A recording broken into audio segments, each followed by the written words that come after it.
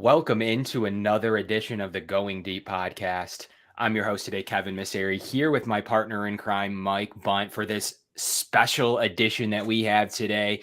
We have a very special guest coming to you, the founder of Relative Athletic Score, Lee Platte. Kent, it's been a pleasure to have you on in the past.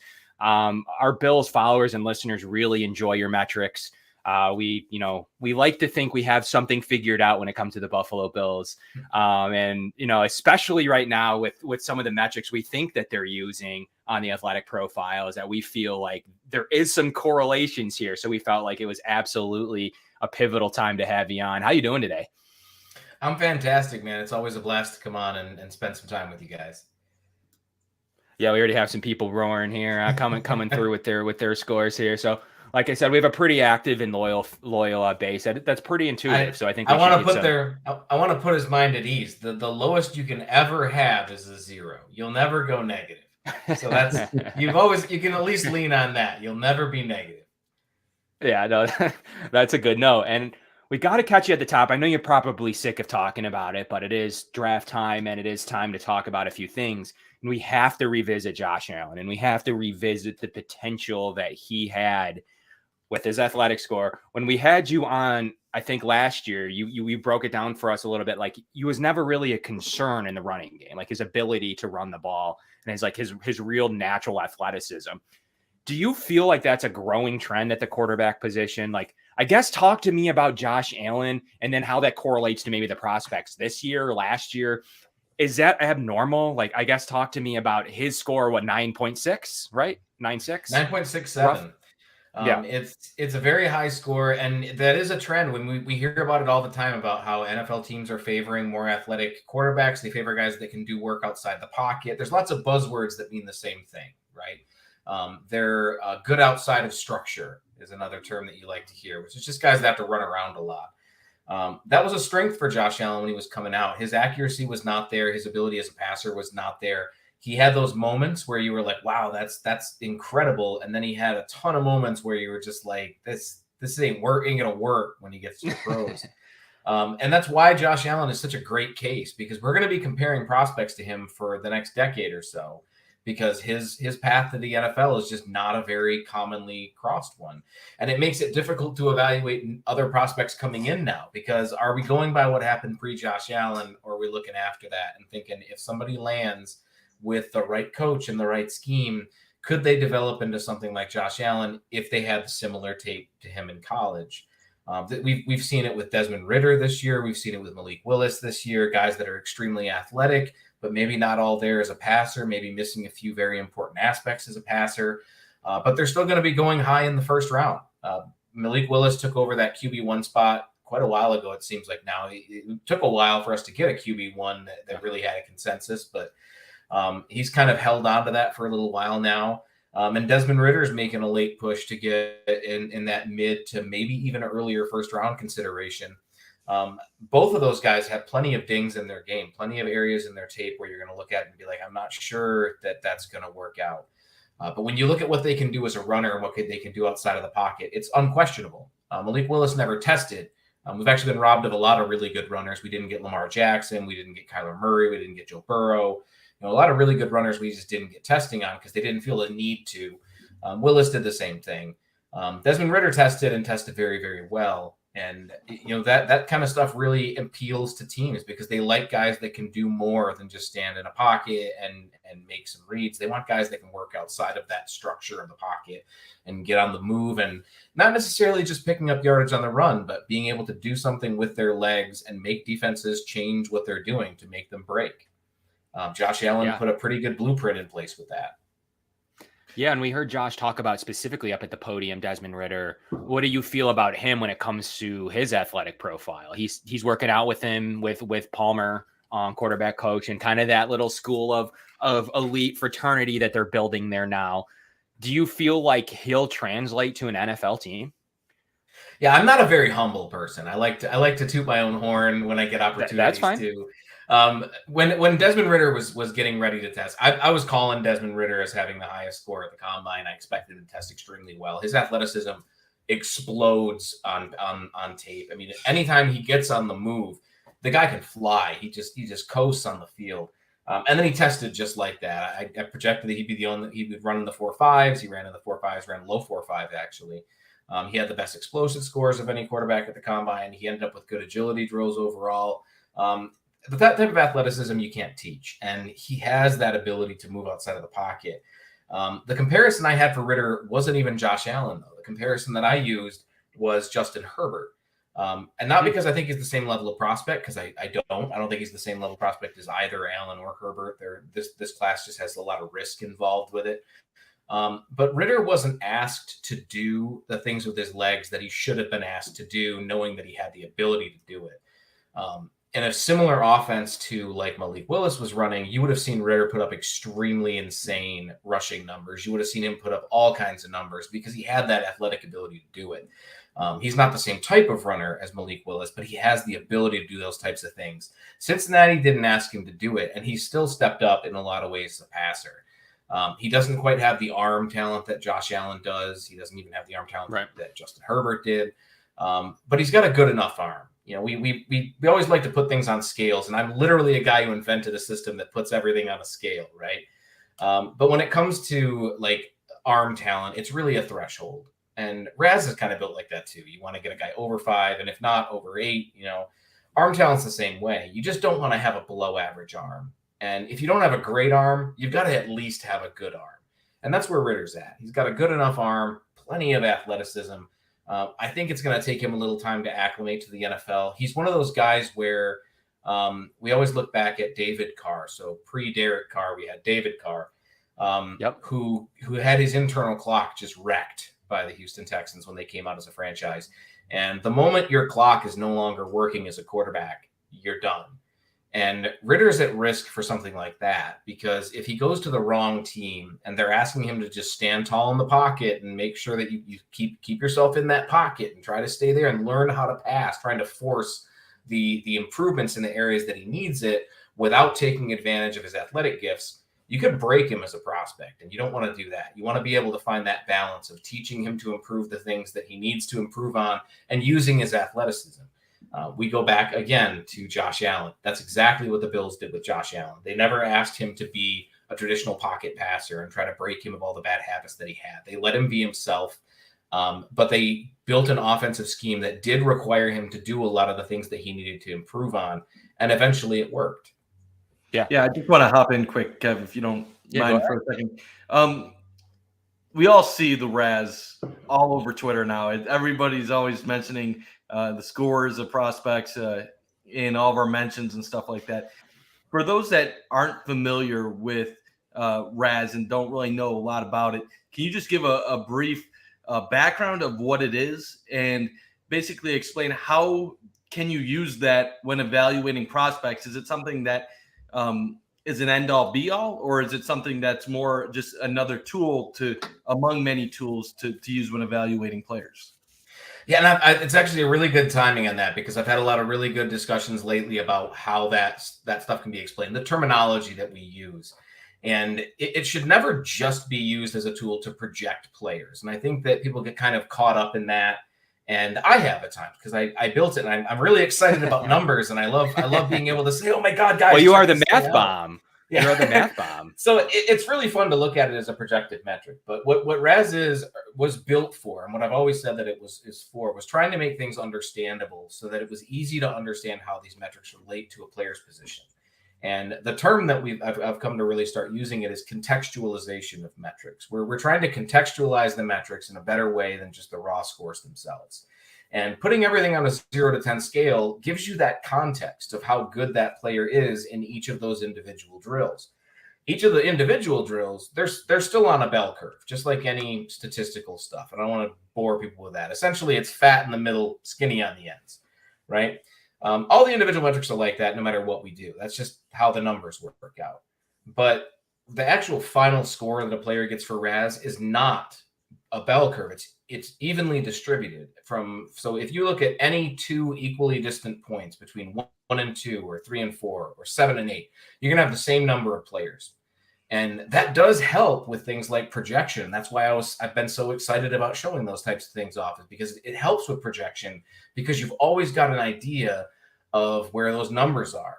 So RAS gives you a 0 to 10 rating for each individual metric that corresponds roughly to percentile. So if you see a score of 9.93, which was Desmond Ritter's score for his 40-yard dash, that's 99.3 percentile at the quarterback position for a 40-yard dash. That's crazy. That's really, really good. You look at his score and you have 9.61. Josh Allen had 9.67. That's out of 10. So it's easy to understand. That's really high. You really want to have those guys that score well. You want to use that as a tool. You don't want to ever look at that and be like, that's the only thing that you're using. It should always be, is this what I'm seeing on tape? And if it's what you're seeing on tape, like it was for me with Desmond Ridder, awesome. Check that box and move on. Never count it twice. I didn't move Desmond Ridder up in my rankings when he tested really good because I was being a jerk and saying, yeah, I knew it. I knew he was going to do that. I didn't move him up because of it, because that's how I expected him to test. If a guy doesn't test how you expect them to, now you got to go back to the tape. Now you got to go figure out either what was I missing as an evaluator when I watched this player on tape. Did I think he was going to be super athletic and then he tested poor? Was I wrong? Or is there something different going on here? Is there a different way that he's winning that isn't necessarily athletic based that I need to be paying attention to? If a player doesn't test, or you don't think he's going to test well and he tests really, really well, we had that this year with Charlie Kolar, the tight end out of Iowa State, and a couple of other players that tested really well we didn't expect to. You got to go back to the tape and again be like, was I wrong? Was there something I wasn't looking for that this guy actually has all these talents and I was just missing it? Or is there something else going on? It's potentially scheme related. I think in Kolar's case, for instance, I think it's just the types of routes that he's asked to run don't let him show off any kind of explosiveness or agility. He's kind of asked to do pretty rigid things in their offense, and he does them quite well, but it doesn't allow him to be a very gifted or show that he's a very gifted athlete. So I'm still questionable about whether or not that projects as a prospect, me personally, but that's potentially what I was missing, that thing that I missed. That's what RAS should be used for. It should always be used to contextualize the things that you already know or help you learn the things that you don't. Yeah, fair enough. And I'm glad you were able to break that down for anyone, kind of to look at that. And yeah, I think someone said it best in the chat was, yeah, people are human nature to kind of look for one benchmark score and what that means. I think it's easy. That's why PFF is what they are. I think that helps people conceptualize, all right, this makes sense. We were driven in school, whether you're a math guy or not. You can kind of look at this and say someone's got everyone knows the 1 to 10. And I think that conceptualizes for people to see that score and to kind of see how potentially they would project out. So I use your projections all the time when I'm looking at similar comps, and kind of we talk about that all the time here on this show of players the Bills might be interested in. So I think it's very interesting to me to talk about. And one place I needed to ask you about is the running back room. That is a hot point of contention here in Buffalo. Do they need to upgrade Devin Singletary? Do they need to upgrade Zach Moss? And at what cost? So that's kind of what I wanted to ask you about from your analytical perspective. A guy that the Bills have been linked pretty heavily to throughout this process so far is Breece Hall, a guy that you really like, and a guy that scored really well as well. So my question to you is, do you believe in that fallacy of a threshold of when you can take a running back, especially one that grades well? Or are you in the camp of that not mattering? I mean, it is going to matter to the Bills when they're on the clock, and if that player is still available. It's tough for us as film people to not think of Breece Hall. Oh yeah, and for me, it's one of those things. I always try to not hedge my bets. I like to try to have a set answer and really take a stand on things that I believe in. But when it comes to running back, it really depends on your roster. If you're a rebuilding team, there is no excuse for you taking a running back early. You're not going to get the return on that player that you would from a different player at a different position by the time you need it to.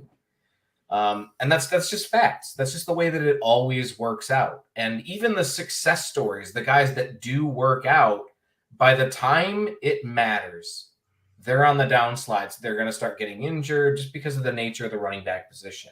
We saw that recently with the Giants drafting Saquon Barkley, or the Cowboys taking Ezekiel Elliott.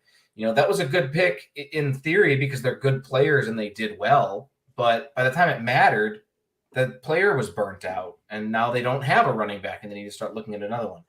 If the Bills believe that they're in that window, that they're in that section of time that they have to be able to make a good run, and they feel that they have the offensive line necessary to make holes for a running back, drafting an early round running back makes sense. It's not a bad investment to do so, because you're investing in time. You're investing in time and energy for that player.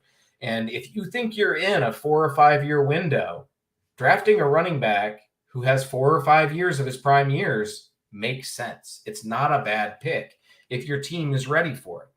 Now, if your team is not, it generally isn't a very good pick, because you're going to find out very quickly that a running back doesn't overcome a lot of issues on the offensive side of the football. And we always look at who they could have taken instead, and we always try to look back with hindsight. But I don't think a running back is a bad investment as a flat rule. I think it matters the type of roster that you have. Sony Michel is a really good example. Sony Michel was drafted by the Patriots in the first round a couple of years back. He didn't work out, but I don't think he was a bad pick from a conceptual standpoint. The Patriots were in a window and thought that they could they improve their running game and try to win more championships. And they were a good team that was able to do that for a good deal of time. They had a strong roster, strong offensive room. They figured they could just get something else to push them over. It just didn't work out. So even though the player didn't work, I don't think the concept was wrong. So Giants, I mentioned earlier, was the exact opposite. Great player, wrong pick. It just is that way sometimes. So right now, most Bills fans are on team corner. They want to draft a corner at 25. Obviously, there's some good prospects out there. If they want to get Breece Hall, they're either going to have to draft him at 25, trade down, or trade up in the second round, but somewhere again in that 30 to 40 range. I saw your ranking for him has him as the 9th best RAS score since 1987. Yeah. What were the other players that were around his score? And was there anyone that was explosive? Because right now, my opinion is it's probably going to come down to a corner like Andrew Booth or a running back like Hall, because the two wideouts that I believe they'd be interested in, Jamison Williams or Olave, I think are most likely going to be taken by them. So going back to Hall, who does he compare to? Because if he's the 9th best in 35 years, that's pretty impressive. Yeah, and when we're saying 9th best, the other thing is how many guys we're talking about. One of the things that makes RAS useful as a tool is that I built a very sizable database, a very large database, over 20,000 players. I think we're hitting 22 soon, I think. But it's 7 out of 1,632 running backs. So it's not 7 out of 100. It's 7 out of 1,600. That's not a low number. That's a very large number. And that's useful for comparative purposes because you have a comparison for him. I actually just talked about Hall on a different podcast and who he compared to. And his closest athletic comp was Edgerrin James out of UM from 1999. And I mean, if you're going to get compared to a guy, why not the Edge, right? Edge ran a 4.38, Hall ran a 4.39. Edge was a little bit taller, but they had similar weights. They ran similar 10-yard splits. Very similar athletic types of players. And if you're going to get compared to a guy, why not somebody that good? Another one was Amon Green out of Nebraska, also back from the late 90s. It's weird to look at a fast, quick running back and consider him a throwback type player, right? But his best comps are guys from quite a while ago. And that's not a negative thing because those are very good running backs that did a lot for their teams. In that range for where he scored, you have guys like Justin Fargas, who has the number 1 overall score for RAS. Fargas had a 1,000-yard season back, and they had a lot of injury issues. James Stewart out of Tennessee also had a little bit of success in the NFL. Saquon Barkley, we already talked about. Deuce McAllister had a little bit of NFL success. Wasn't a big, huge name, but had a little bit. Jonathan Stewart out of Oregon had some NFL success, scored in a similar range. There's a lot of guys in there that were able to put up 1,000-yard seasons. Due to the nature of the position, not a lot of them lasted very long. It goes back to what your roster can handle. I have no doubts that his athletic profile and the way that he plays on the field line up. He tested extremely well. He looks extremely athletic on tape. He looks explosive. He looks fast. All of that lines up with how he plays as a player. So it all comes back to whether or not your roster can handle it. Personally, from an outsider looking in, I think the Bills have a roster that can handle it, and I think that they should, if they feel that's the best choice on offense, that is a choice that they should make, is drafting a guy like Hall or finding a way to bring him in. And if not, you've got another option in Kenneth Walker, who out of Michigan State, who also tested extremely well. So you're not going to have to put all of your eggs in one basket. You've got some other options. For a position like that, for running back, I'm assuming there's some positions where athleticism is more important than others. Obviously, you want athletic players all over the field, but a position like running back, how important is it to have an elite score? Are you finding better running backs with those high scores, or can you score a little bit lower and still be a productive player? Because with that said, when you have a comp to Edger and James, I'm thinking 20 years ago, you're probably talking about a top 10 pick in the NFL draft. Obviously now, the way we talk about running backs, they've been devalued to the point where you're lucky if you even have a first round running back in many instances. Is this a guy that we would be talking completely different if this was 2000, 1995, 1985 compared to 2022? I don't think so. Like I said, when you're talking about throwback players, it's usually linebackers or running backs. And you're talking about guys that are bigger and not fast. That's usually your throwback type of player. So it's kind of odd talking about a guy like Hall as a throwback player because of where his comps kind of lied.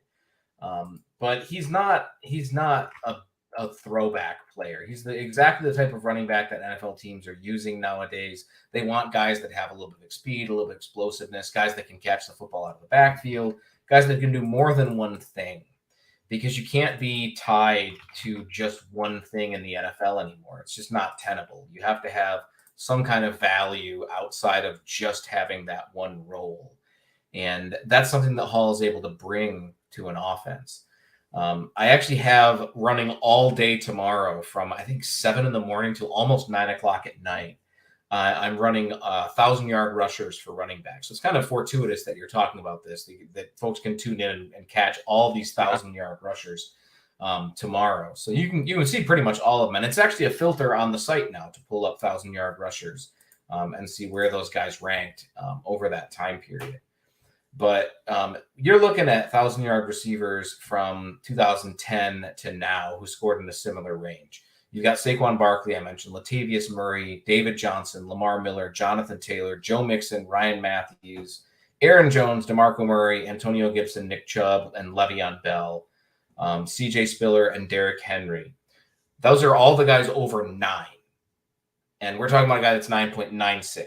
So up at the very top end of that, you have a guy like Breece Hall. So a lot of players recently have found success with that level of athleticism. There aren't a lot of guys at the other end of that spectrum, guys who didn't test well. In fact, I named more guys just now above 9 than there are below 7 that have had a 1,000-yard season. So it's crazy when you really look at it that guys can be that successful. It doesn't mean that you can't, but the running back position has just changed so much. Devin Singletary had a terrible score. So did Zach Moss. The Bills aren't necessarily going out and drafting all top RAS guys, unless it's the offensive line. They tend to get those guys big and athletic on that side. But it's not a bad player. You're not looking at Singletary and saying that he's terrible. But it's also not necessary. You don't have to win that way. There's other ways to win. And if you can find that way, great. Put him on the football field. This is where you're not just looking at the raw numbers. You start digging into it and being like, how does he play? And does how he tested matter? And that's where you start to dig really deep into it. Yeah. And we had a guy on the show here at Cover One, Eric Turner here, interviewed Rashad White, a guy from Arizona State, 988. And definitely a guy who's mentioned his interest with Buffalo. So to me, I think maybe they've seen the wrongs they've made in the running back room. I'm not going to lie. I think it's fair to say they've seen the wrongs not drafting the athletic profiles, and they feel the rights maybe across the offensive line. David Quessenberry, a guy that scored really well in your system, just signed in depth. Spencer Brown, everybody knows Spencer Brown, a guy that scores well, that they inserted right away. Yeah. Held on to his 10 this year. Yep. We had he scored a 10 overall last year, which is the first 10 we had. I think he took it from Taylor Lewan, who had it back in a few years back. We've had guys hold on to that 10 overall for as much as 20 years. Jelani Woods, tight end out of Virginia, just took that 10 overall spot from Anthony Beck, which is 22 years old. Somebody's held on to it. Spencer Brown's got that 10. He'll probably hold on to that for quite a while. I don't see anybody breaking that.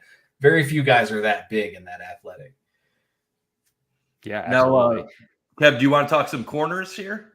Yeah, that's before we lose you. We want to ask you about some corners, because that is the other popular room here. And running backs really mixed. Like, you still have those people that are like dying on the hill of you can't take it in the first round. There's just no way. The positional value over 7 years, over 5 years just isn't there. The value, he'd be like the 15th highest paid player in the league right away. So you need running back 1A potential right from the get-go. So there's a lot of that goes into it. I think the Bills roster is too good to really care, personally. Yeah. They need a good player at the athletic position and the profile that Breece Hall has. And I think they'll prove us right drafting athletic running back here in this draft. So we'll just see when. I want to point one out, because Bills was one of the teams that I brought up before we jump into corners, which was Tyler Allgeier from Brigham Young from BYU. Because it's not necessarily just the raw score. It's having a comparable success that you can point to. And he's not the only guy, but he's the most notable one for me, which is just he didn't have an elite score, but he did have a very similar profile to like 5 other guys that have found success recently. CJ Anderson, David Montgomery, guys like that. A very specific type of running back and a very specific type of style. I think the Bills are a team that might try to look at value at running back. So even if you don't get that first round running back or second round running back, and you draft one a couple of rounds later, you can still find a guy that can be productive just by looking for the right type of guy and finding somebody who fits that type of profile. Cornerbacks is really easy because we've got a really good cornerback class. We got Sauce Gardner, who I don't think he even qualified for a score because he didn't test and everything, but never allowed a touchdown in college. He's got great size, really good athleticism, even though he wasn't able to test. You've got guys like Derek Stingley, who hasn't even had time to prepare, had a later pro day, and still tested extremely well, despite not being able to prepare and coming off an injury. Kaiir Elam out of Florida tested really well and did really well in college. You've got a very long list of guys that both tested well and did well. Cornerback is probably the most dependent on athleticism on the defensive side of the ball. It's tight end on the offense. It's probably cornerback on defense. The average Pro Bowl cornerback has a RAS of almost 8. I think it was 7.92. I ran that earlier this week. You got to be really good athlete to play cornerback. And if you don't have those kind of athletic tools, you're probably not going to get drafted very high. You're going to lose a lot of money and get picked much later. Doesn't necessarily mean you're not going to be good, but the chances are much lower that you're going to get the opportunities to show that you're good. It's a good cornerback class from top to bottom. If you miss out on a first-round guy, you've still got guys like Zion McCollum out of Sam Houston State, who actually took the 10 overall for RAS this year. I didn't know that name until I saw what he had scored and went and looked. His brother, I think it's his brother, Tristan McCollum, also from Sam Houston State, also scored extremely high. Not nearly as good of a prospect, but it's one of those things where teams like to draft a guy and then draft like their friend or somebody else that they have on their team, kind of bring them in. You might see that in the undrafted market, the priority free agency type of stuff. One guy I wanted to bring up because of where the Bills are drafting, though, is Kyler Gordon out of Washington. Yeah. Kyler Gordon was a guy that I was told months ago would be in the first round discussion. And it didn't really start to happen until the last week or so, where Kyler Gordon really started to get some steam in that late first round, early second round talk. But you're talking about a guy who put up some of the most ridiculous agility numbers that you're going to see. He had a 3.96 shuttle drill. And for those that don't know, like a 4.1 is good. A sub 4 shuttle drill is very, very rare. That's 97th percentile at his position. And a 6.67 3-cone drill, which is bonkers. Oh, that's crazy numbers right there. Great agility or great explosive drills as well. Only ran a 4.52, but I don't care about 40-yard dash if it's not a bad one. As much as I love numbers, one of the things you got to realize is that there's never one number where you're like, that number has to be great or they're bad, right? If a number is not great, it should at least be okay. And if it's okay and other numbers are great, you can work with that. You can do a lot of stuff with that, especially in the defensive backfield. It's much more prevalent at safety, but we see it at cornerback quite a bit too, where a guy doesn't run a great 40-yard dash, but he's got great explosiveness and or great agility drills. And he's still a good player because it's all about length in the NFL. It's about covering space. And we always give that old adage, the NFL is a game of inches, right? So if a guy's 5'1" or 5'11" and has a 40-inch vertical, and he's jumping against a guy that's 6'4" and has a 22-inch vertical, he's going to jump higher. He's going to be able to high point that ball better.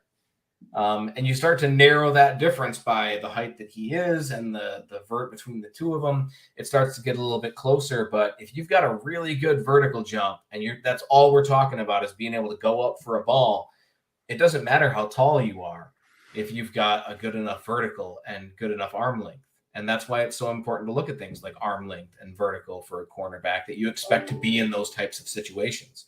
You got a guy that's covering the slot. It might not be about the vertical. You might be looking at a guy that you want to be quick. And that's where those shuttle drills and those cone drills come into play, because you're talking about the ability to stop and go into a different direction very quickly. That's what the shuttle drill tests. The shuttle drill it's the 5-10-5 shuttle. So you run 5 yards, stop, touch a line, run 10 yards, stop, touch a line, run back to the center. It's a pretty simple drill. It's very quick. But all it's testing is a player's ability to stop and start very quickly. And that's something you do as a cornerback a lot. Whether you're playing zone or man, it doesn't matter.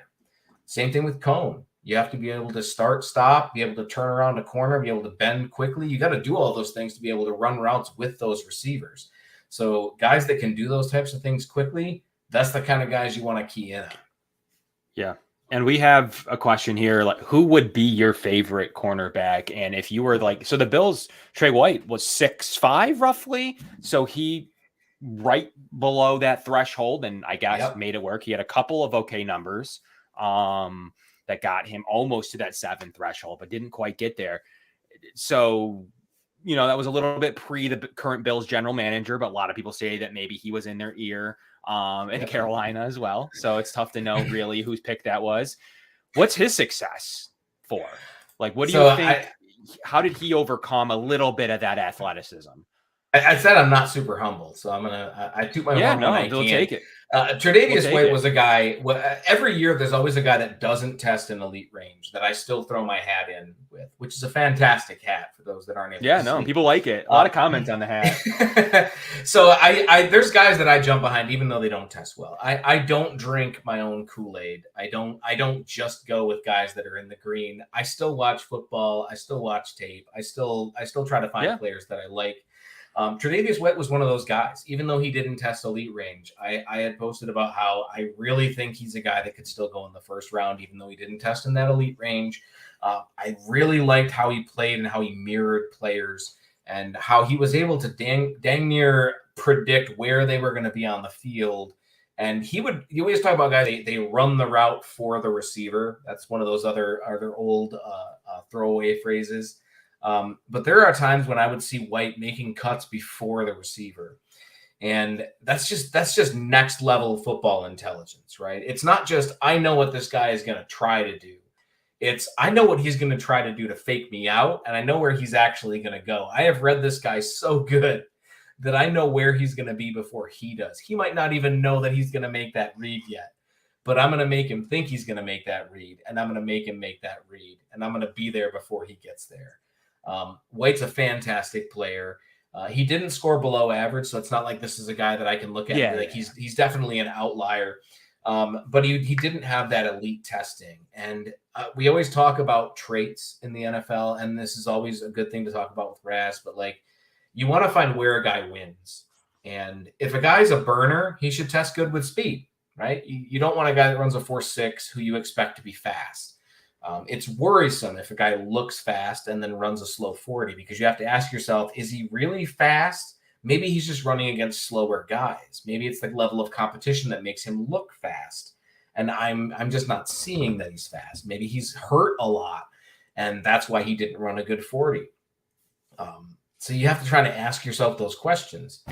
But for a guy like White, he didn't test poorly, and he never looked like that ridiculous elite athlete that nobody could ever get away from, and you couldn't do all those things. But he was so good at the things that he did as a cornerback from a football intelligence, north of the neckline is the term I like to use.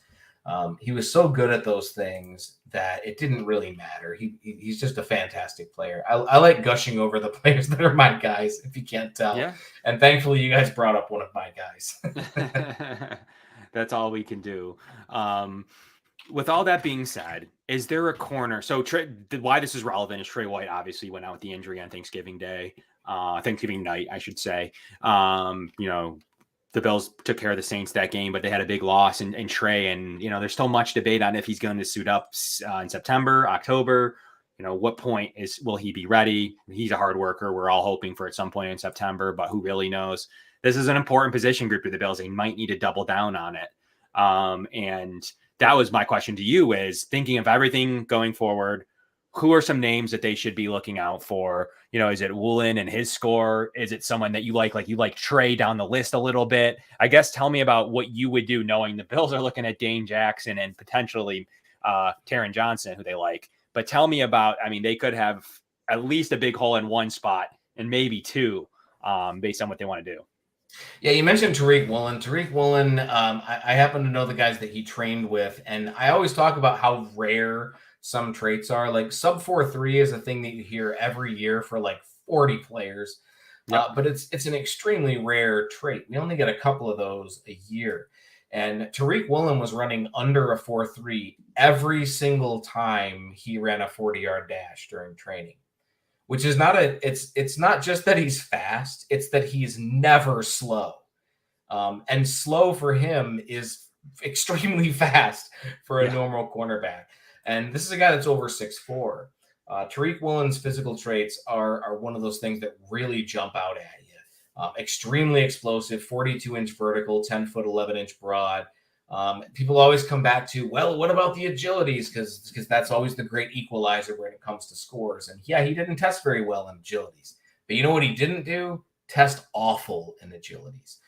His agility scores were both below average, but they weren't like egregiously below average. He didn't have like a 7.5 3-cone or something like that. Right.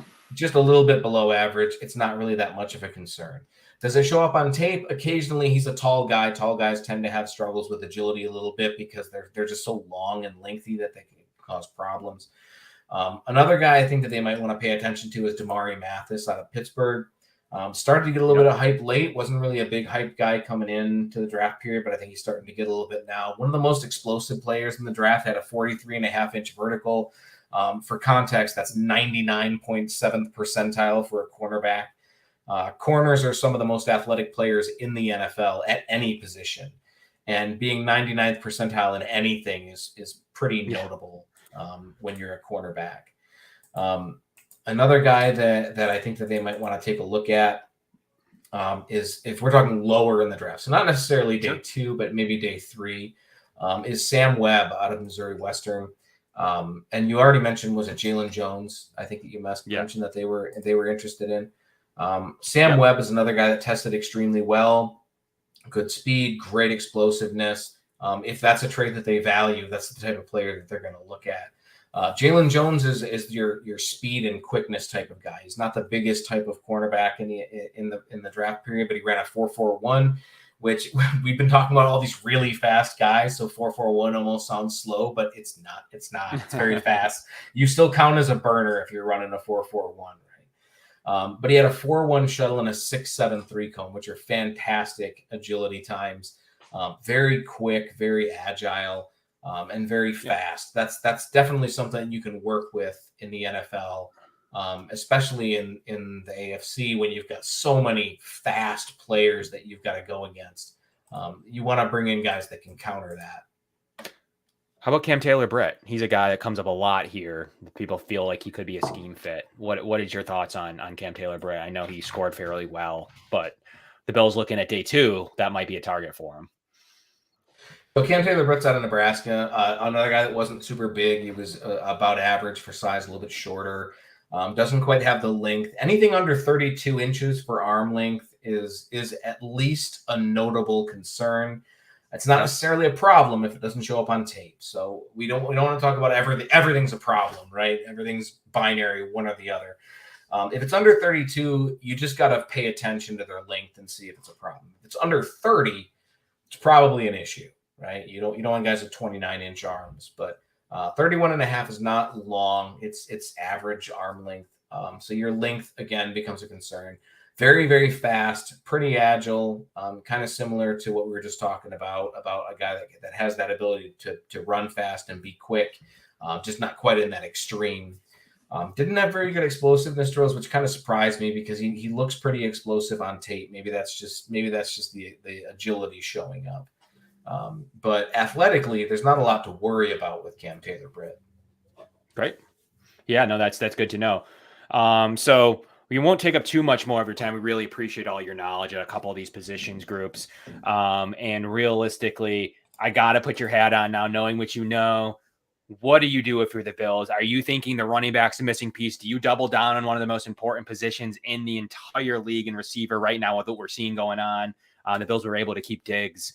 But that is a room that they absolutely have to have top end talent at any point, at least, they, in their opinion. And there is some snaps still to be had at that room. So tight end, I mean, they already have OJ Howard, they have Dawson Knox, but what do you do? Do you double down somewhere at the O-line for them with their athletic profiles like that Aaron Cromer likes?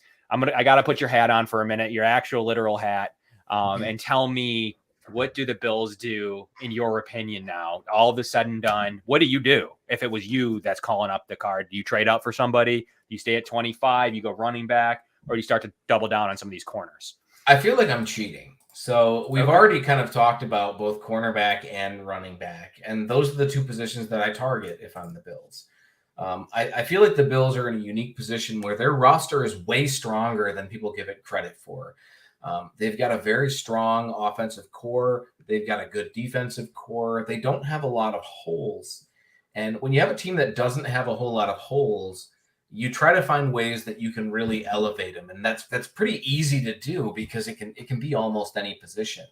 Right. You don't necessarily have to concentrate on the trenches because you're a bad team and teams build through the trenches. If you're already a good team with a good roster, you don't have to worry about that because you've already got it covered because you're already a good team, right? You've already got yourself there. It's fun because I'm a Lions fan and I don't get to talk about good teams very often. But the Bills, at least you got to see Stafford win. Yeah, it is. But the Bills have a really good roster and they've got a lot of options for what they can do. I feel like cornerback is that Achilles heel that they have for both offense and defense. I feel like their secondary desperately needs some kind of upgrade. And we already mentioned a couple of the players that I think they could really use to pick up and try to improve that defensive backfield.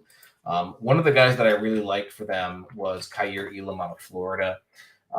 Derek Stingley has been shooting up draft boards a little bit, I think, kind of late. Nobody ever shoots up draft boards. It's just kind of that the media starts to understand where these guys are ranked. Yeah. So we're kind of realizing that Stingley's always kind of been fairly high. Elam is a really good cornerback. The Florida defense has produced quite a few corners over the last decade or so. They've produced some good ones, some bad ones. But Elam is a very fast corner, and his speed shows up a lot on tape. This is a guy that you can expect to man up and really show up and try to mirror players. Not necessarily as good at doing that as Tre'Davious White was, He doesn't quite have that level of agility and explosiveness that White shows on tape. But if you want to bring in a rookie cornerback who can take a guy who can follow guys on the field, whether it's in the slot or on the outside, and still be able to maintain that level of speed and explosiveness to at least stay with them as a rookie and potentially develop into that number one guy.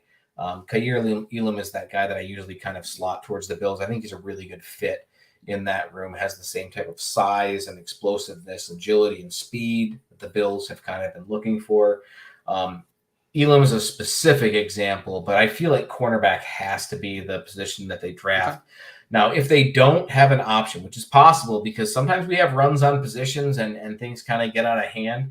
We already talked about Breece Hall and Kenneth Walker. Both of those guys are potential first-round picks in a world where we value all positions equally, right? If the Bills do decide that they want to take a running back, I don't think they're going to miss out with either of those guys. So it's not a one and then you're screwed if you get the other guy. Either one of those guys, I think, will do very well for the Bills. I think the Bills are built very well to take on a position like that, a player like either one of those players, and plug them into that offense and find some production immediately. So my goal as a Bills GM would be to fix that cornerback room if possible. And if not, jump on a running back and see if you can build that offense and build that identity that they've already started to build with Josh Allen and some of those other guys they have, and put somebody else in that mix that can really start to dominate teams and build an offensive identity that's feared in the NFL. Josh Allen's a good tool to have if you're trying to do that. Yeah, and I got one last thing too. So obviously, it seems like a lot of us are on corner first round and then get a running back in the second round if one of the guys are available. What is the drop off after Walker at running back? If say you get to 57, Walker, Breece Hall are both taken.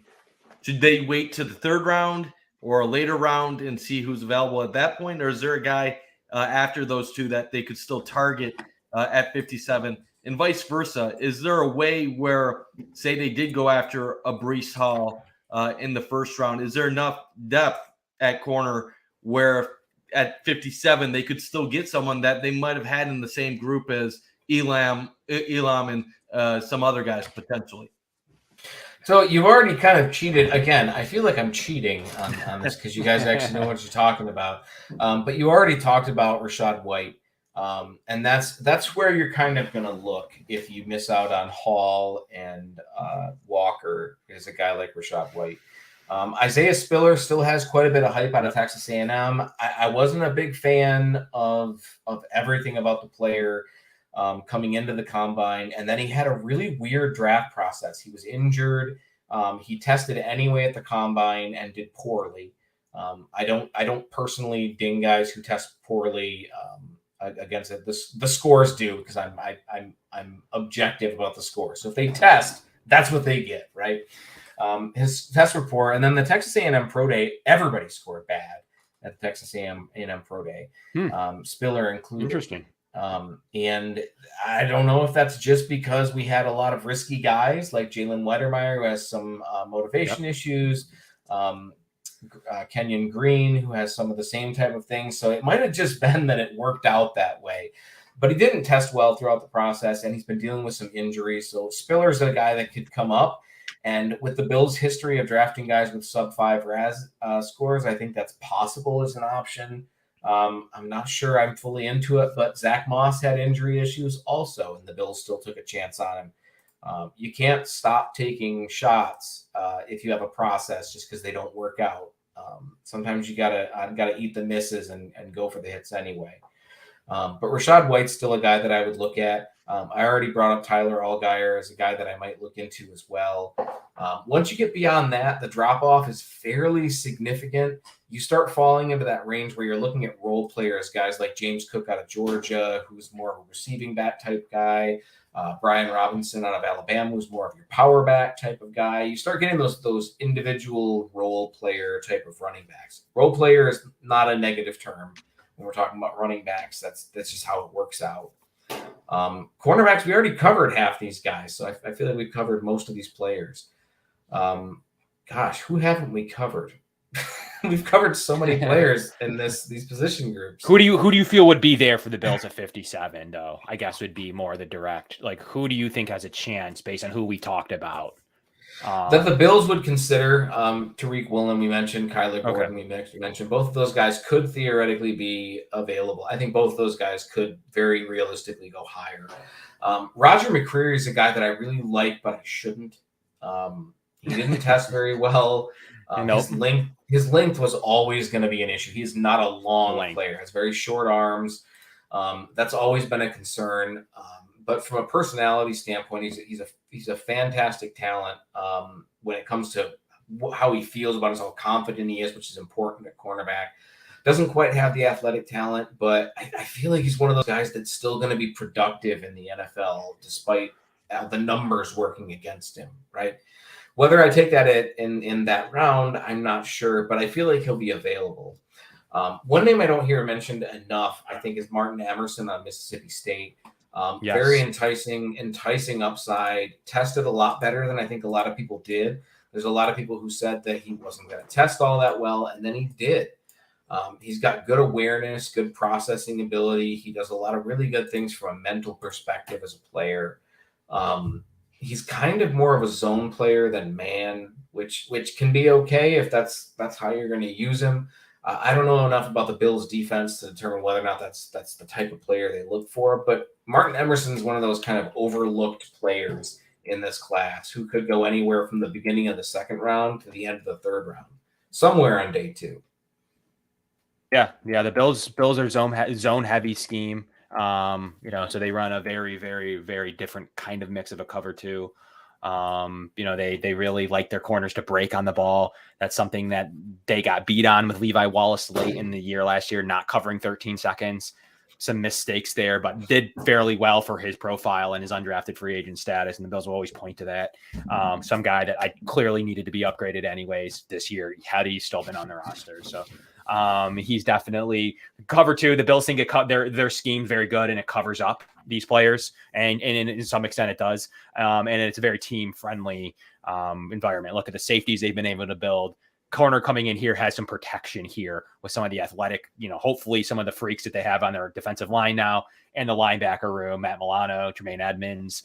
They feel like, and then the 2 safeties, they feel like a corner could come and thrive here. So that's kind of their idea, and they feel like that athletic profile might work out for them. But at the same time, they've used these corners from undrafted free agents that they feel like their situation's so good. And we have a lot of people talking in the chat, like, let's talk about day 3 guys, because that could be the way they go. Look at Dane Jackson, a current starter, Teron Johnson, 4th round pick.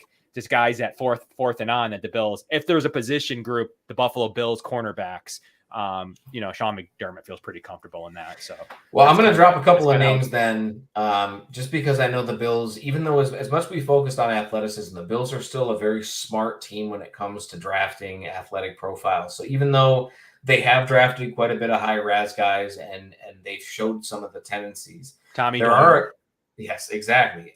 And we already talked about Spencer Brown. They love those guys in their offensive line. But they haven't shied away from drafting players who didn't test all that well and trying to find that value. So we're talking about later round picks in the defensive backfield. Mykael Wright out of Oregon is a guy that didn't test as well as a lot of people had expected. It's probably going to hurt his draft value. He's probably going to fall quite a bit. Bills are one of those teams that might snatch a guy like that up in the later rounds and try to find a way to use him. Veron McKinley out of Oregon is another player with a very similar type of situation. Great ball skills, showed a lot of really good tape in college, but didn't test all that well. The Bills are the type of team that might take a risk on a guy like that with a weaker profile from an athletic standpoint. As much as we like to talk about how much they pay attention to it, because they do, the Bills have shown a tendency to attach themselves to higher RAS guys early. They've done a really good job of drafting. And again, this is me as an outsider looking in on what the Bills have been trying to build.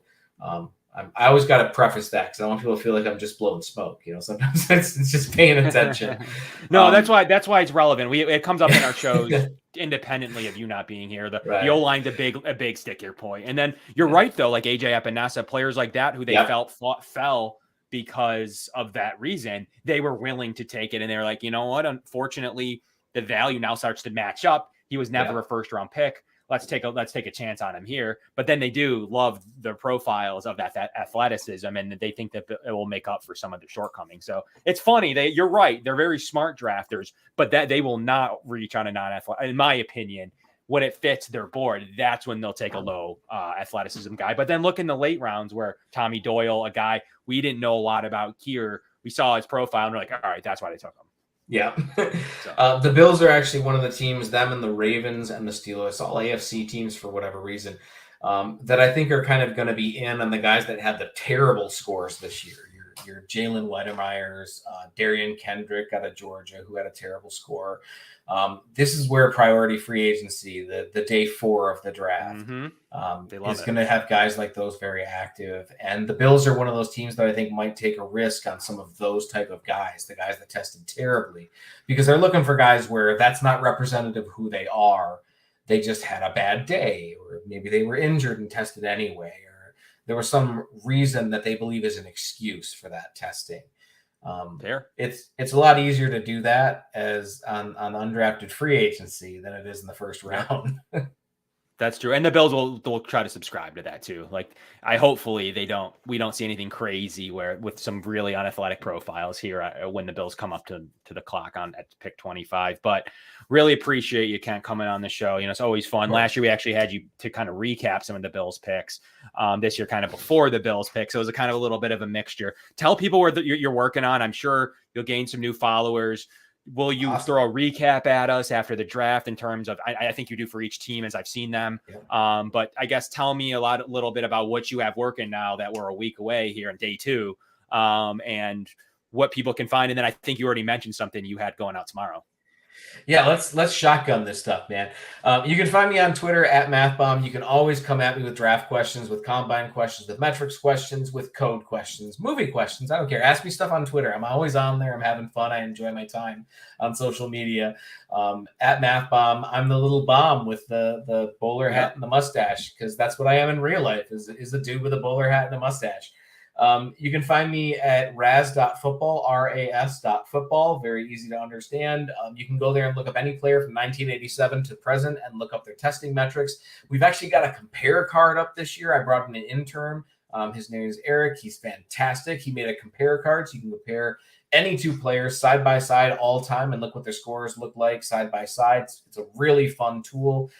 He also added a calculator on every player card, so you can go to any player and be like, what if Russell Wilson was a little bit taller? What would his score have been? You can go look that up right now. He created a way to do that. You can do that for any player in the NFL. It's a fantastic tool. Over the next year, I'll be doing a ton of stuff with the website, and of course, you'll be seeing a lot of that on my Twitter profile. I can't provide spoilers because some of it's going to be pretty cool, but I'm very excited for 2022. I'm excited for the draft in the following week. I'm very stoked. I just can't contain all this excitement. You guys have got me going. Well, we appreciate you coming on. We have a lot of kind words in here. A lot of people say they still have questions. A lot of people say love your work on the site all the time. We have some really good comments here roaring in. So really appreciate that. And really appreciate you coming in here to our show. Cover One loves it. We're very analytical here. Film guys, like I said, we had Rashad White on. We have other players on here all the time in our film room. So you're right. This is a great piece for us to be able to have this and reference this too in the couple weeks too when we come back and kind of look at what actually does happen. I'm interested to see where we were at on this show specifically. So Kent, really appreciate you coming on at MathBomb. Make sure you hit him up over there. And thank you again for being one of our favorite guests so far. Yeah, thanks, man. I appreciate it. It's always fun being on. You guys have a great draft period. I will definitely talk to you after the draft next week. Yeah, appreciate it, man. We'll be in touch. You'll see us retweeting your stuff throughout the night as well. So really appreciate you coming on. Wow. So Mike, yeah, that was a wonderful recap there. Appreciate it. Anyone, asking questions, we appreciate it. Getting to all that kind of stuff. So one of our favorite shows, Mike, but we still have a few minutes. We still have a few minutes to go. To talk about. We got a draft 6 days away. I mean, Ken was dropping it with running back and cornerback. Like, what else? I mean, come on. He could barely get to anything else, Mike. So how did you feel about that after it was all said and done? And then I kind of wanted to do like a worst case scenario. best case scenario type of discussion here. But how did you feel about his comments on running back and corner? I loved what he had to say, and I feel like I have a deeper understanding of some of these prospects than I did just an hour ago. What really sticks out to me is the comparisons for Breece Hall, where he stands out. I'm not even going to say that the Bills are going to draft him, but to be compared with athletically to a guy like Edgerrin James, who was one of the top running backs in my childhood and a Hall of Famer, it really tells you that you watch what you see on film, you combine it with that athletic ability. He's a special guy, and then you look at some of the corners and that could be available round 1 or 2. The Bills are going to get an impact player either way. I don't know if I love Kaiir Elam from Florida, though. He might be a good athlete, but he has some issues with the tackling. So it really comes down to, are the Bills okay with taking a guy that might not be as physical in the secondary, that might have some noticeable issues. Did want to throw this out. Jason, appreciate you loving the Bills decor on my wall. I like the background, so I appreciate you showing some love. But yeah, Kev, I feel kind of the same way I did going into tonight. At 25, it's going to be a corner, one of those top guys, a Booth, an Elam, maybe a Kaiir Gordon, or it's probably going to be Breece Hall. That's what I've gotten down to. I don't think wide receiver is in play anymore, because realistically, Jameson Williams and Chris Olave are not going to be there at 25. And if they're gone, there's no wide receiver in this draft that's worth taking at 25 overall. So I think we've narrowed it down to 3 or 4 guys realistically that are going to be the options when the Bills are up on the board, unless there's some trading back or trading up in the second round or some maneuvering around that honestly at this point is still very hard to predict. Yeah, absolutely. So Mike, what I wanted to do here is kind of go through best case, worst case. And I'm going to pull up a mock draft simulator. I'm going to use the draft networks. Everyone's been doing this, but I think it'll be fun. We haven't done it on this show. We're going to utilize Kent's knowledge here. So this is one that's, hopefully we have some ammo in our back pocket. And I think he let off a little spoilers for us. He did say the Bills entertain. He wasn't just saying that. RAS in general. He knows something. I trust that he knows a little bit more than we do in terms of, have they shown a propensity to utilize this data? Have they asked him on furthering data? Have they asked him on certain things when it comes to Spencer Brown or on Tommy Doyle? Have they tried to clarify some agility things with him and his scoring? So I think that we got a little bit out of that. Like maybe the Bills could be a team that utilize this a little bit more. So what I'm going to do, I did enjoy him breaking down how the scores come to be, how the combination of the percentiles gets you that number, because before I had wondered, well, what is a 9.5 compared to an 8.4? Well, now that I know that a 9.5 is you're scoring better than 95% of the people that have the combination of these drills and these traits, it really puts things into a better perspective. And when you have that 9+ score, you are just the elite of the elite, which really gives you an appreciation for some of these guys beyond their tape on the film, and more so how good of an athlete they actually are. Great. And Mike, it's time to get going. I got it up. We're going to rock and roll. We're going to do this together, and we're going to do this with all of you too. So anybody coming into comments, we're going to start this live here. We're going off of the board, and we're going to fire this thing up here through the draft network right now using their model. So we just begun the draft. It is draft night rolling right now. The picks are coming in here, Mike. Got a couple names coming off the board early the Bills could be interested in, but plenty to still like. And the Bills are officially on the clock. Kevin, is there any trades? Can you do trades in this? You can do trades. So for purposes of discussion, we weren't going to do any trades just because we're going to predict where the Bills might be picking. Okay. Instead of like, you can really kind of make whatever you want to do. And I don't know that that's realistic in terms of the trades. some of them are very generous for the traders, for what you're receiving. The compensation's a little heavy in my opinion. So I don't want to have a bunch of picks that the Bills don't actually have. That's kind of weird. So that's always tough for me to accept trade. So the Bills are actually on the clock. A couple names just went. Elam just went. Devin Lloyd just went. Chris Olave and Dax Hill just went before the Bills pick. So a couple, Zion Johnson gone. Trevor Penning's gone. Jameson Williams went. So a couple, Trent McDuffie went. So a couple names are like runner that the Bills could have been interested in right there off the bat. So we're on the clock here at 25, Mike. We got Andrew Booth Jr. still on the clock, still on the board here. Obviously, the running backs are still there as of right now. Other than that, those would be the receivers are gone except Burks. I don't believe they'd be interested. Dotson's a name they could be interested in. So that's still available there, Mike. Are we sticking to guns and going with Booth with him still on the board? Are we kind of listening to a little bit of what Kent said? What are you thinking here, Mike? This is, to me, it's going to come back. It's always going to be down to Booth, Elam versus Breece Hall, something like that. And the real question for me is, if you take Breece Hall, do you have another corner that you think will drop to you at 57 that you have a high enough grade on that you're not worried about the drop off from Booth, Elam to whoever that may be? Do you feel confident in a Cam Taylor, Britt?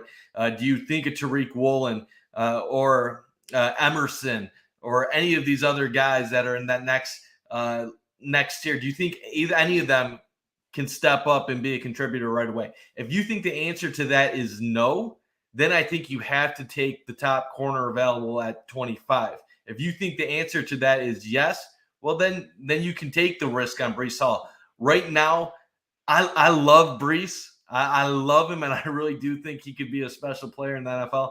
I'm taking Andrew Booth Jr. It's the safe pick. It's the biggest need. I still think there's ways of playing into drafting running backs in the second round, whether that be waiting at 57 or potentially making a move to get into that 35 to 45 area to take Hall. How about the Jets? The Jets are calling for, they're offering pick 35 and pick 69 to some of the trade people out there. So that's what the trade is on the table. Could that be something the Bills entertain to grab another pick and then maybe move up with some of those picks that they would have? That could be in the cards. But for principles of this, I might do that. I'm not a trade back guy, but I think that's see what I mean? That's fairly hardy compensation to move back 10 picks. I'm not sure that that's super realistic. Kenyon Green still there if we want to go the offensive guard route. I'm not a fan of the offensive line here. I think they shorted up even a little bit more with Quessenberry. I'm not a big guy of drafting and then putting him on the bench or benching Ryan Bates. It's not my move right here where the way the Bills roster is. So Mike, are we thinking of Booth? Yeah, exactly. Yeah, I would prefer the Jets to buzz off. Or are we thinking Breece Hall is the game changer? It has to be Booth, in my opinion. I just feel like, God, it's tough. We're in smoke screen season. I mean, you don't know what's real, what's not real. I've heard rumors that the Bills are really, really like Hall, but do they like Hall as a move up in the second round? Are they hoping maybe he falls to 57? That seems doubtful. I think Booth is the pick that the fan base wants at this point. He's a position of need. He's a solid player. He has decent scoring as an athlete. Booth is the pick.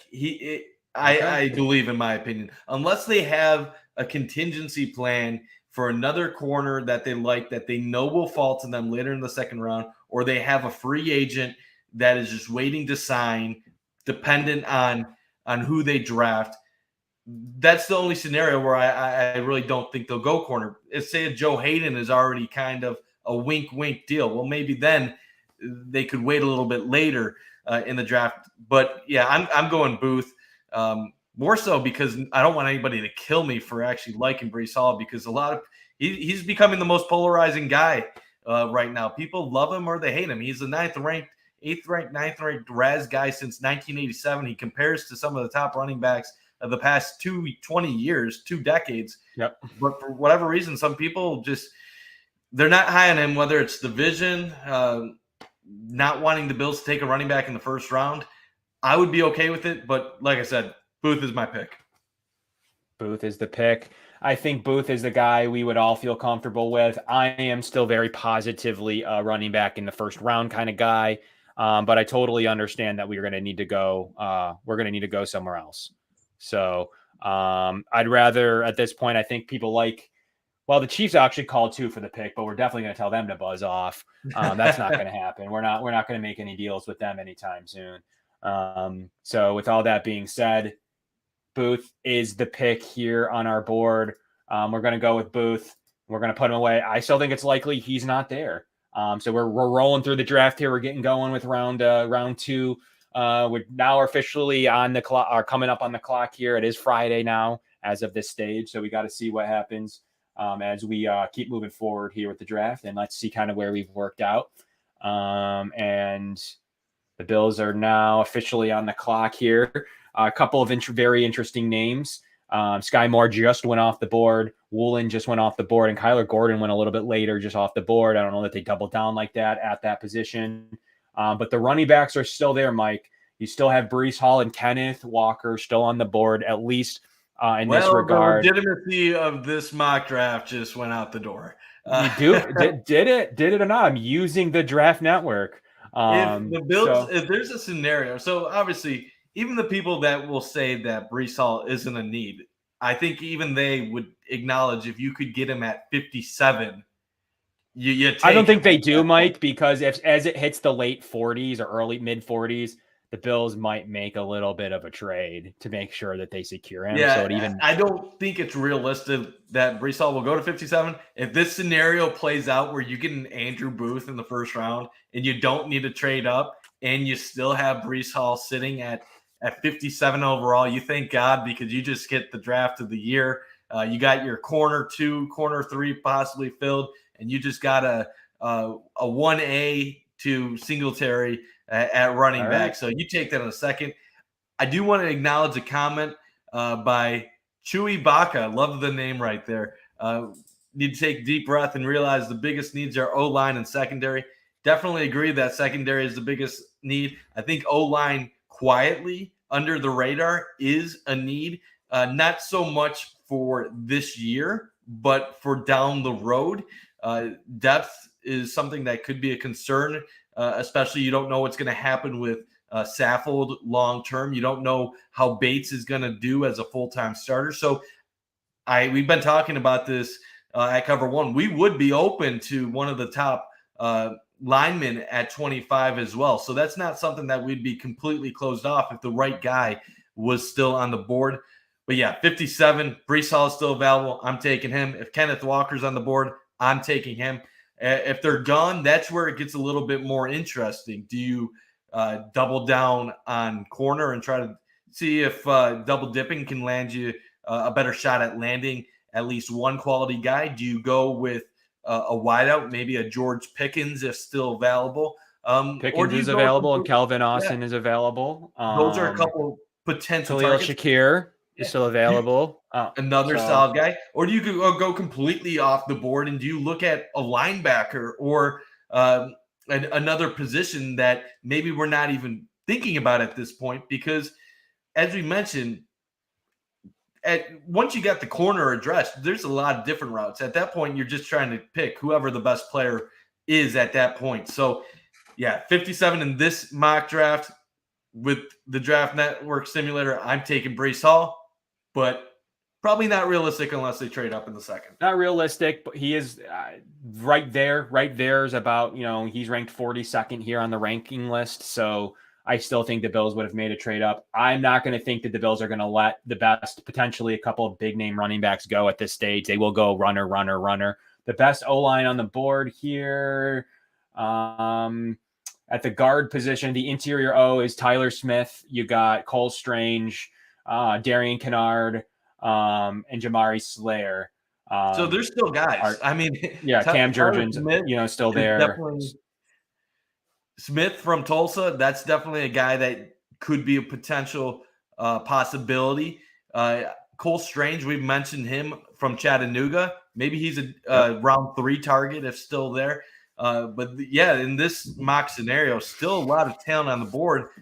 Yeah. Maybe one of those guys drops. You could still add a decent lineman in the 3rd round if that's something they wanted to target. And Ryman from Central Michigan, our old Mac friend, still on the board too. One of the best offensive tackles still available as well. Do they double down there? I still think that's possibility that they could bring in some competition there with Doyle. I still like, it isn't just that they signed Quisenberry. I still think he's a really good athletic run first offensive tackle. And then they have the athletic young guy in Tommy Doyle. So I do think the combination, it's not just that they went and signed Quisenberry. He's probably a guy they targeted a little bit earlier than just this week. He's probably a guy they were trying to get to take a little bit less of money for a couple weeks now. Yeah, so I don't think that you can say that cuts him out of the tackle room, but I do think the combination with Tommy Doyle as their profile, athletic profile, young player mixed with Quisenberry makes sense, Mike. I do find some of their moves this offseason to be very interesting. I'm not going to tell you that the Bills are going to be a run first team because we know that's the furthest thing from the truth. They're going to stick to being a heavy passing attack. You have Josh Allen, no reason to go otherwise. But what I will say is getting a guy like Quisenberry, adding some of the guys that they have this offseason, them seemingly wanting to add another quality running back, indicates to me that they weren't happy with their running game last year, and they shouldn't have been. They were weak against lighter boxes, and that's something they're going to face a lot with Josh Allen at quarterback. Not saying the offensive line is horrible, not saying that their current running backs are horrible, but they can get better. And I think some of these recent moves indicate the Bills are going to try to improve their run game. And Quisenberry was one of the better run blocking tackles out there. Spencer Brown is a beast in run blocking. You add a good athlete in Saffold. They're trying to get a little grittier. They're trying to add an edge to them, and it's constantly about playing chess. You need all the pieces to play so you can adjust to whatever defense can throw at you. It wasn't until they started running the ball effective towards the end of last season in December and in the playoffs that the Bills' offense suddenly became unstoppable. Mid-season, early in the season, they were struggling at times against certain defenses. Pittsburgh shut them down. Jacksonville shut them down. So you also add O.J. Howard, which adds a little bit of a 2 tight end formation. I think you're going to see a little bit more versatile offense this year that's going to throw few other looks out and not be solely dependent on some of the things that you saw them do in 2021. It brings up a good question. If ever a player of that talent level becomes available, the Bills could make any type of move. Nothing would shock me. There's still $10 million there. They can move and match and move some things. I would assume that would come at the cost of Tremaine Edmonds. So if you were ever to make a move for somebody like Deebo, quite frankly, Deebo Samuel is a top-notch guy that can do a lot of everything, play a little running back. He could add that versatility you're looking for in this offense. Essentially it's what you're trying to get out of Isaiah McKenzie. I do believe that if that player ever became available for a cost of Edmonds plus a second or something along those lines, I think the Bills would think about it. I think they'd have to think long and hard about adding that type of talent to the roster. So just first and foremost, if that was ever in Bean's cards of let's make one final move and go all in here, in his press conference, I thought what was the most interesting part of everything was how eager Sean McDermott kept making jokes about trading up. It was almost like he was like, ha ha, just kidding, but maybe. So it is something that was interesting. It was really interesting that McDermott, more that I took out of that was McDermott was thinking about how do I get the best player for our team today out of this situation? Because I'm trying to win, and I'm not thinking about the offensive guard. I'm not thinking about the third offensive guard. I'm not thinking about the third string offensive guard. So, and think about from McDermott's point of view, the thing that is such a nice thing for McDermott and Brandon Beane right now is when you have a complete roster, you don't need to worry about getting a ton of different guys that could potentially contribute down the line. They have a solid roster. They're just looking to get a few guys that can have an impact and maybe be the final pieces that can push this team from Super Bowl contender to Super Bowl champs. So while a trade up from 57 to early second round might give up some of your assets, while that might be not the smartest thing in a typical year, they're going for a championship. You do whatever you need to do right now. If you have to give up a 4th round pick, a 5th round pick to get the guy that you want at 35, you do it. And if he's laughing about it, good for him, because I think he knows that the chance of a 5th round, 6th round pick coming on this Bills team and making an impact, or even I'm having a hard time with the trade backs, Mike, for that reason. Tough. Yeah, I'm having a hard time. Whatever you need to do to get the guys that you need right now. I'm having a hard time with it. Even I'm sitting here looking at that Jets value, and I'm like, I don't want to trade with the Jets, but that's good value. Like I kind of like that. There's only one scenario I see trading back. So it's not the trade back to accumulate way more picks. It's the trade back from 25 to early second round to try to get something you want 2 early seconds that can help you get 57 to like 40. So you trade back late first to early second while getting the capital to trade up from 57 up to 40. Essentially, you want 2 early seconds. Yeah, so you're trading back to trade up, and then both your guys hopefully will still be in that room. But other than that, I don't see a scenario where it's necessary to trade back just to get more picks. That doesn't really make sense at this time. Well, we can't predict something crazy like Debo. My guy, I love him. I have him in dynasty leagues, but I'm a big Debo Samuel fan, like just straight up. I have a hard time with it. I kind of look at it like it could be a situation where you have Tremaine Edmonds for a year too. I don't know that money is going to go to him. You could make that with a draft pick to really go all in for this offense. He could be banking on himself and play at a reasonable deal or something along those lines. Maybe he would like to come to a passing offense, look at players that are doing it all the time.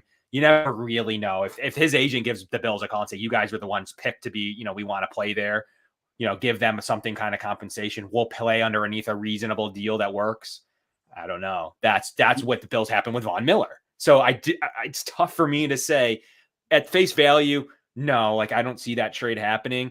But the way that someone might come to Josh Allen looking to be the last piece to that offense, it's tough to rule that out when Bean basically might have agents coming to him saying, we'll get that team to take less compensation. In return, we'll take a little bit less money, but we want to play in your offense with Stephon Diggs and Josh Allen. So yeah, I'd never say never, but not really realistic at this time. As Greg Thompson and others like to say, it's a non-0% chance, but it's fairly low in this regard. So Mike, we got to keep it rolling. We're going to take. I do like Tyler Smith. He's probably the player I might actually, and I'm not a big offensive line here in this round, but he is probably one of the guys sticking out with Breece Hall as a guy that I might go ahead and target here. So right now, though, Breece Hall is the guy. I wanted him in the first. I almost made a push on him, but Booth was there. If Booth wasn't there, Mike was going to have a harder time talking me out of it there at that spot. He was there. The Bills got to double down on 2 absolute extreme talents for their team. Day 1 starters on both sides of the ball, bearing, they say Booth's going to be healthy. That's all I can go off of. Then I trust if the Bills staff, who's got one of the best medical staffs in the league, least games lost due to injury, as well as one of the best facilities ever, I do trust if they take a player that they know what they're getting into, Mike. So we're into the 3rd round now. Now we could really, the Bills are pretty set. They could really go anywhere here. There's some interesting names. I like some of the tight end names here on the board with Craig, Cade Otton, Greg Dulcich, a couple of guys I really like at the tight end room. Khalil Shakir is still there, a name we liked a little bit. So there's a bunch of Martin Emerson. We could double down on cornerback. What are you thinking here, Mike? What are you kind of getting interested in? Well, this is where it gets interesting because I told you this is already my super unrealistic draft simulator. Apparently, where I get Andrew Booth and Breece Hall, and I already said in this scenario, I don't care about what happens the rest of the draft. But you just mentioned a few names that really do potentially intrigue me. The big question, I could definitely see them doubling down at corner. I like some of the tight ends. I don't know if I like them in the 3rd round, though. I might wait a round before I consider that. I think at this point in time, depending on what you have offensive line, that's a potential direction. You could go linebacker, you could go cornerback.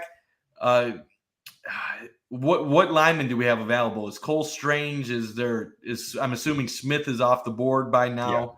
At the interior, so tackle's pretty chewed through. I don't see anything going on there. Taylor Britt gone at this point. Yeah, at the interior line, you have Cam Jurgens, you got Spencer Buford, Alec Lindstrom, Luke Fortner, guy that they kind of like. So, Jurgens is definitely the class of what's left here at that offensive guard position. Interior what do we have offensive at line, corner besides Emerson right now? So beside Emerson, you have Zion McCollum, a guy we talked about with a crazy athletic profile. We have Kobe Bryant, a guy we like a little bit here. You have Jalen Watson, Josh Joby. You have Caleb Evans, Marcus Jones from Houston. So those are kind a of lot of people are gonna like Zion because of his athleticism. Obviously, incredible athlete. This pick might, and you said the Boise State wide receiver was still on the board, correct? Yes, Khalil Shakir is still available and could be the pick. A lot of people are saying the pick of 57. If I'm making this pick, I think I'm going Emerson, the corner out of Mississippi State. I know it's doubling down. It might be too early in the draft to double down 2 corners. I like Emerson, not because he's not the greatest athlete, but he has length. And as we were talking about earlier, sometimes even though you don't have the best athletic score or you don't do the greatest in one category, you can make up for it with other strong attributes. And Emerson is a guy that's just lengthy. He's long. He's a solid corner. He's right around that 3rd round grade. He's a guy I would personally like to take a gamble on. But there's a lot of different routes that they could go here. I could definitely see the Boise State receiver in play.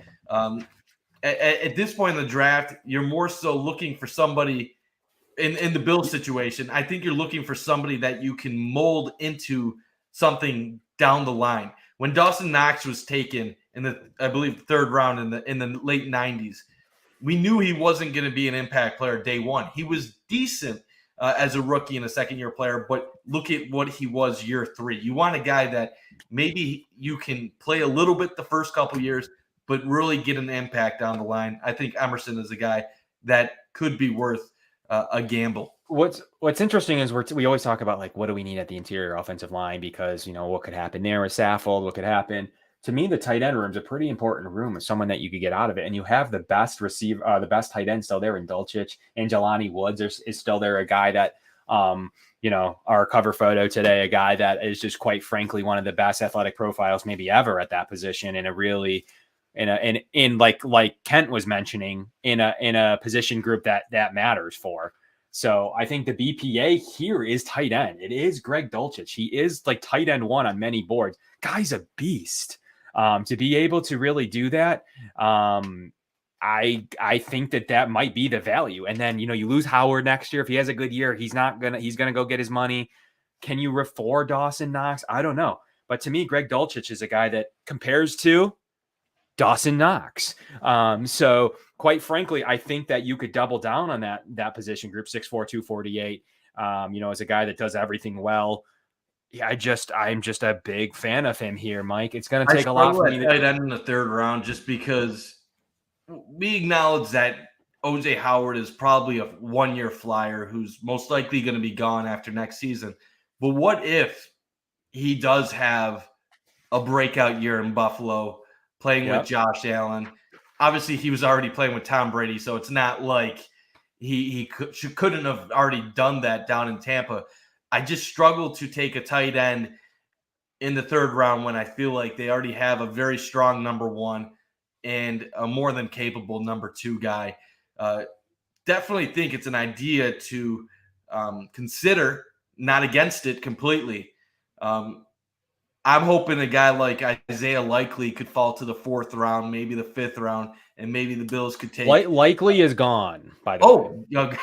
Well, there goes my theory in this mock draft. But he's Likely, a guy that Jeremy Ruckert are gone. So okay, Likely is a guy that I've been hoping maybe could be a 4th round target if he can fall down the boards. Obviously, it's hard to project where a guy like him will ultimately go. Okay. So Mike's not adamantly, but Mike's against the tight end room here. We'll hope that maybe there's an interesting target next round that it's going to come up. But I think then you have to think about, to me, I still think they add a vet to the cornerback room. They have Saran Neal that's getting some money, like someone's already mentioned. I do think they look at him a little bit more than just an elite. I mean, even the best player to ever play tight end, Matt Slater, 2.6. So I think that Neal does have a role there. I do think they like Cam Lewis a little bit. I do think they like Dane Jackson. We were just sitting here not mentioning Dane Jackson.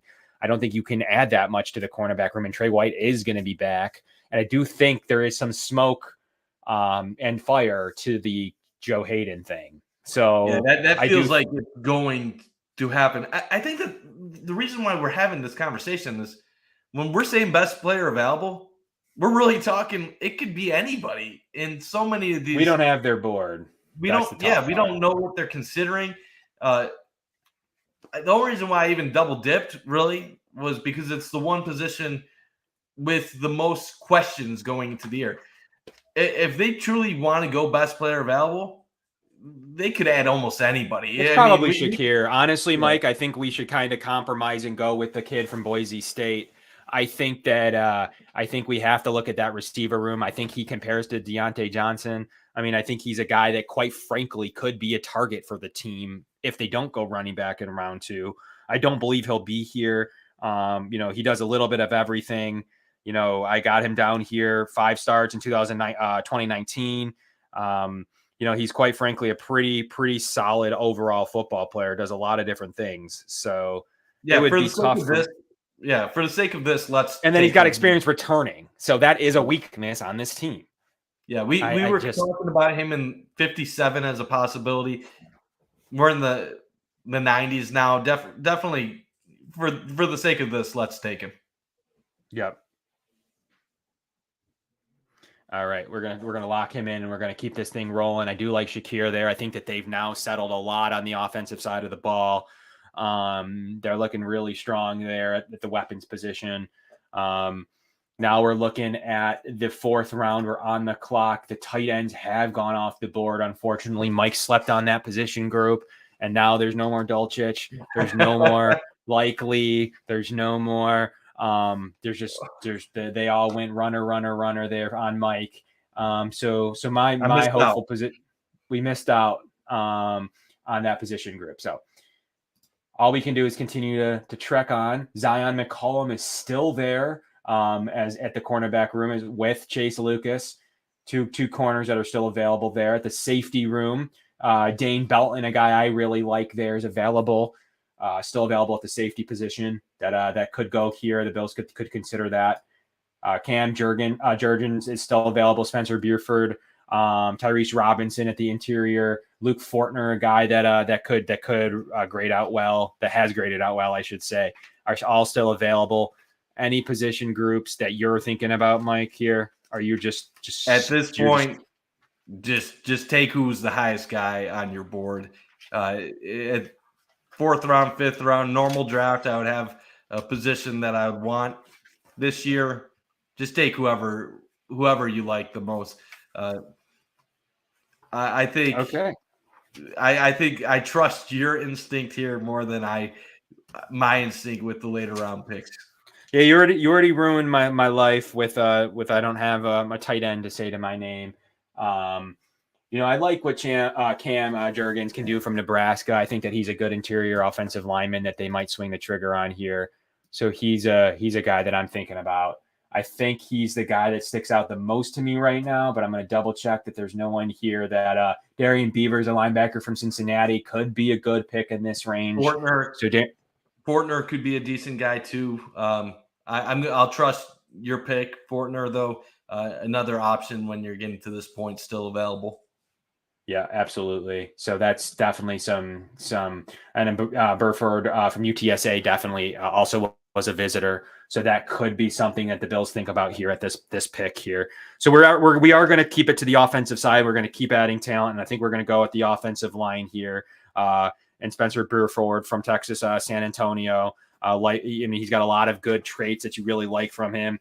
He's a guy that I could see off the board at this point. So I think that the Bills would be pretty happy to be able to to be able to take him here. So and he visited the team. So I'm going to go ahead and lock in Spencer from UTSA.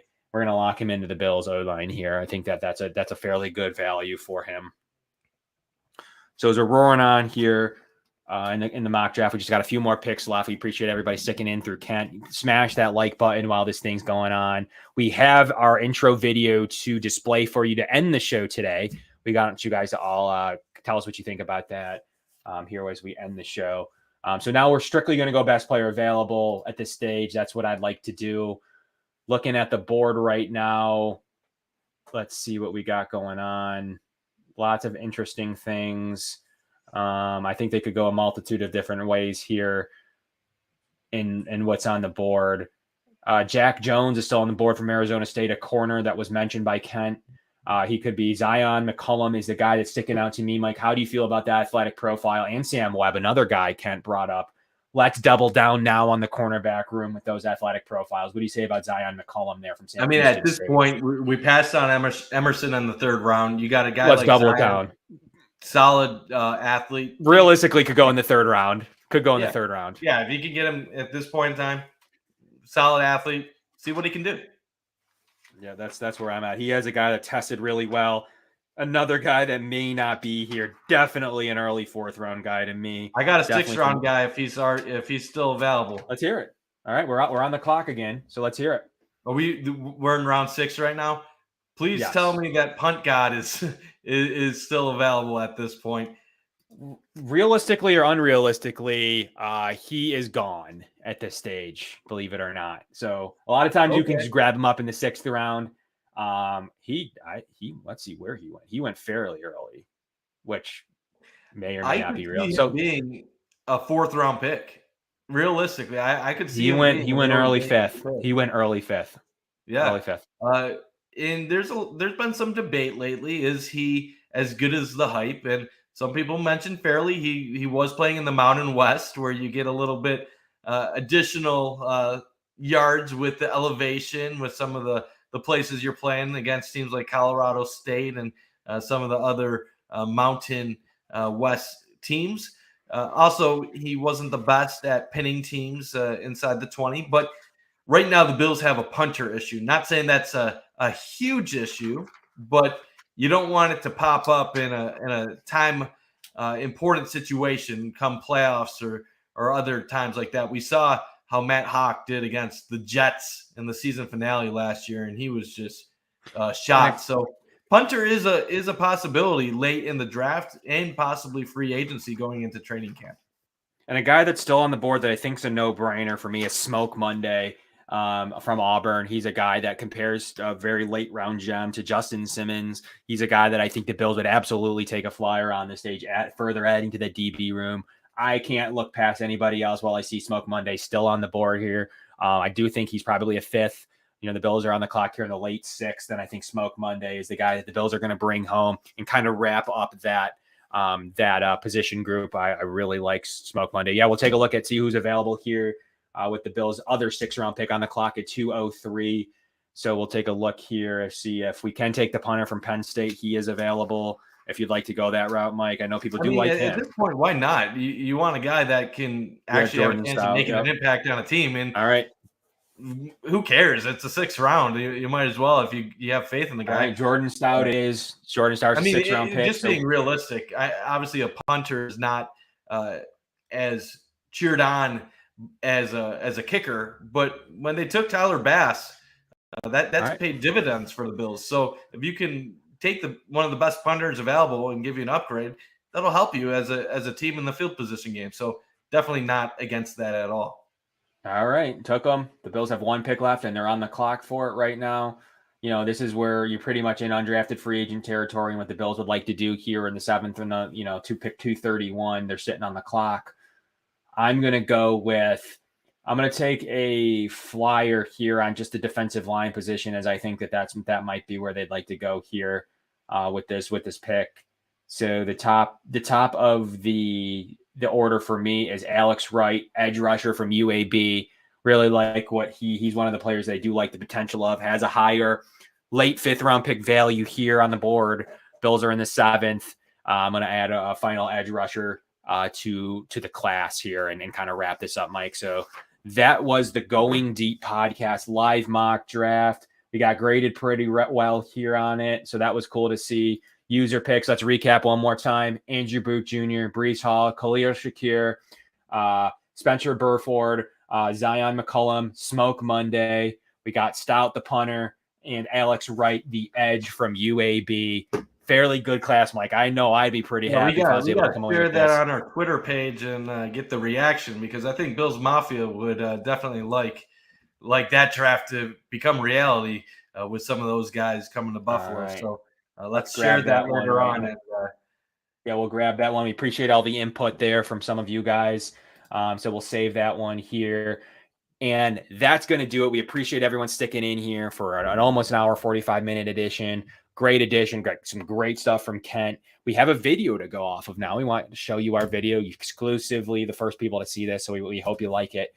And lastly, we have some great draft content coming next week. We have the guys doing shows all day Thursday. We have Mike and myself on Friday to kick this thing off. We're going to talk about actual day 2 players and what they did. The next time you see our faces, it will be with a player that we've already had, and then what the Bills are going to do with some best available players. So we're going to kick this show off 6 p.m. next Friday, 6 p.m. So be on here. Mike and myself will be kicking it off. Then we'll have the other Cover One guys on here throughout the night as well from all the different platforms. We'll be from our different shows. We'll be on here. And then we have Eric, Greg, and Aaron actually in Vegas. So check that out too. So we'll be live with you here. And then we'll put up that for all of our Spotify and Apple Podcast listeners as well. You guys will be able to hear that audio edition from us as well next week. So we got this special intro video we want to show you guys now. Appreciate you coming to the Going Deep podcast. Next week, this will all be realistic. The next time you see us, you'll see the guys on Thursday, but you'll see us on Friday to kick off what actually happened. We'll see you guys next week. And we hope you enjoy, what I like to say is a pretty good intro video, Mike. Any final thoughts? Yeah, had a great time with Let's Kent. hear it. Another fun show. Learned a lot from him regarding RAS. Fun time with this mock draft. And guys, the next time we're talking to you, the Bills are going to have a new player on this team, most likely, unless they trade back into the second round.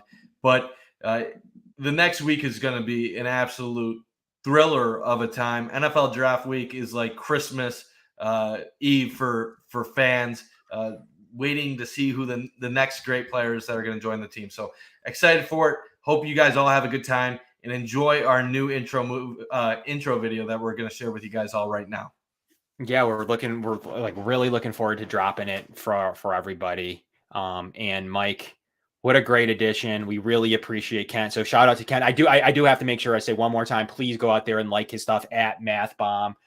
He gave us generous amount of time tonight to go through some different position groups, and he does have some special stuff coming. So please take some time and follow his work. That would mean a lot to, I think, all of us, for you guys to be able to follow that work and follow what he's been able to do. So please appreciate that, guest Mike.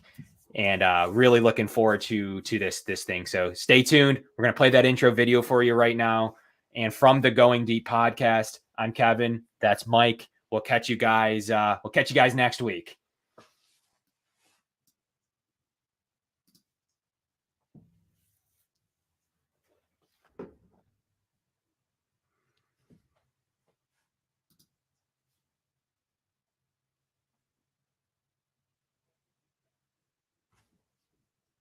Josh Allen looking deep, going deep, far sideline it is. Oh, the catch is made. Fridays to me, talking about the Bills. What else would you rather be doing? We're hoping to add a new dimension to the Cover One network. And Allen under duress eludes the rush, slings it deep downfield, and it's caught inside the 20. But right now, I just want to talk about this championship level. I've never had a championship caliber team to talk about. I want to focus more on the storylines each week. What are the big stories going on with the Bills? What are thoughts, commentary? How do these things impact Buffalo? Deep drop. Deep throw. And it is hauled in for the touchdown. time for Allen, deep to the end zone, and caught for a touchdown. Play action.